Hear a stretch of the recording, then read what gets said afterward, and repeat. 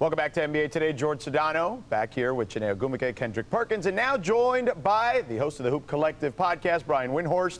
We're 3 games into the James Harden experience in Philadelphia. Let's dive right into the highlights from last night's game against the Knicks.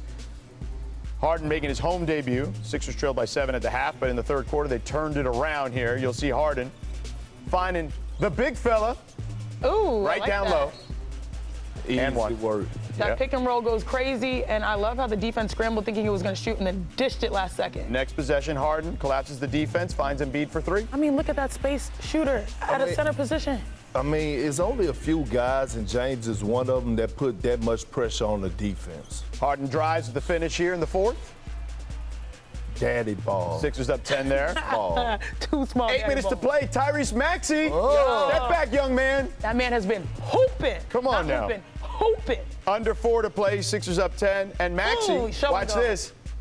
That young man's got it in his bag right now. He is feeling it. And what a great young man he is, too. And he hit that move twice, by the way. Yeah. Then, of course, off the Barrett miss, Harden, full court pass to Thibault. And this is when, watch this play. Look at how happy they are, how excited they are for each other. Thibault went and high-fived Doc Rivers. The tide has turned in Philly. Yes, it definitely has. Through 3 games for sure, they are 3-0 in the Harden era. The 76ers, let's take a listen after the game.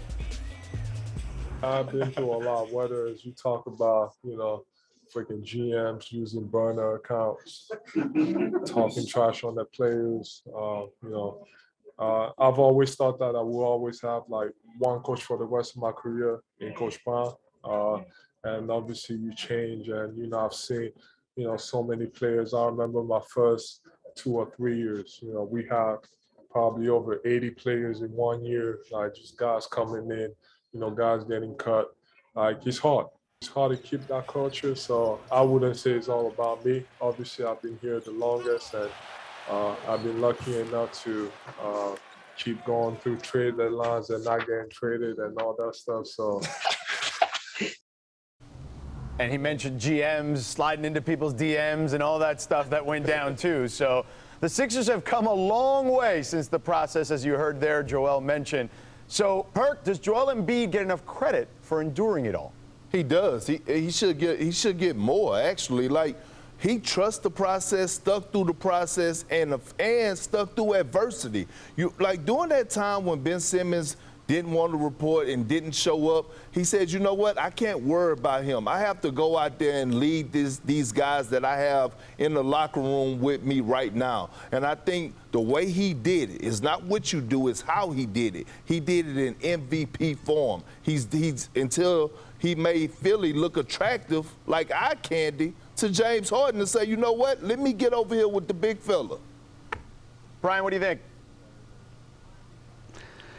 George, he signed a $200 million contract extension last offseason. He finished second in the MVP voting last year. Right now, he is the favorite, although it's a narrow favorite over Nikola Jokic to win the MVP this year. You can't say that you've got a supermax and you're going to win the MVP and say you haven't got enough credit. He's got enough credit. Now, the question is, now that he's got this teammate that fits so well with him, can he win at the highest level? Because they've been close but haven't done it. And so I think Embiid is gotten and earned everything that's come his way, and now they had an opportunity here to do something that he was brought to Philly to do. All those players, coaches, GMs, and all that stuff ago. No, Wendy, I can't let you off the hook with that one. Listen, when we talk about giving him credit, we see so many superstars around the league that's complaining and whining and crying about the situation. We didn't hear a peep out of Joel Embiid. We just got to embrace what he's done for the younger generation. Out of all the guys, he leads the league in leads the league in Twitter and ripping guys on Twitter. Yeah, but he subverts He's toned that down all the time. But I'm saying though, if we look at the direction that guys have been going in for us, how we know the owners are going to be waiting on guys at the front door for the CBA. Joel's the prime example of stand pat and not messing it up for the next generation. It's how he has handled the situation in Philly is what I'm looking at. Thank you for watching ESPN on YouTube. For live streaming sports and premium content, subscribe to ESPN+.